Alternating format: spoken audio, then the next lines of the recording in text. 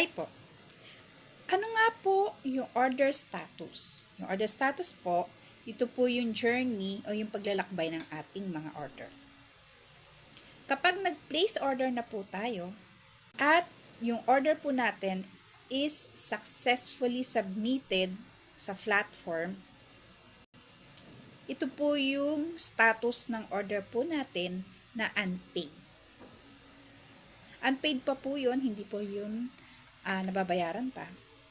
Papasok po yan doon sa to pay. Nasa to pay status pa po yan. After natin mag-place ng order. At pagkatapos po natin mag-place ng order, ino-notify naman po tayo ng platform kung na-confirmed na po ni seller yung order natin.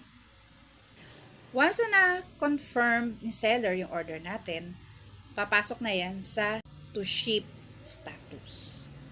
Ito na po yung status ng order natin na kung saan si seller ay kinonfirm o inaccept na at naka-schedule na yan for pick up ng rider.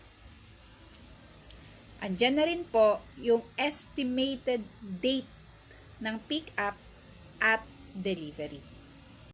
Sa status po na yan, na to ship na yan, o kinonfirm na ni seller, yan po yung status o yan po yung time na ipe-prepare na po ni seller yung order nyo.